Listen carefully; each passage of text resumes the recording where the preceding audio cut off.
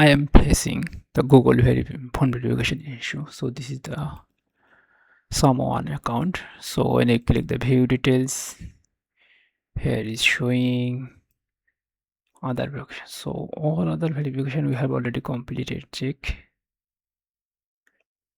So this verification is maybe taking time to complete. So that's why I cannot see the phone verification issue. So this is the Google developer account I have created. Someone policy, everything is fine. So issue is come from developer account. Here everything you can see, and issue is this. So that's why we cannot create.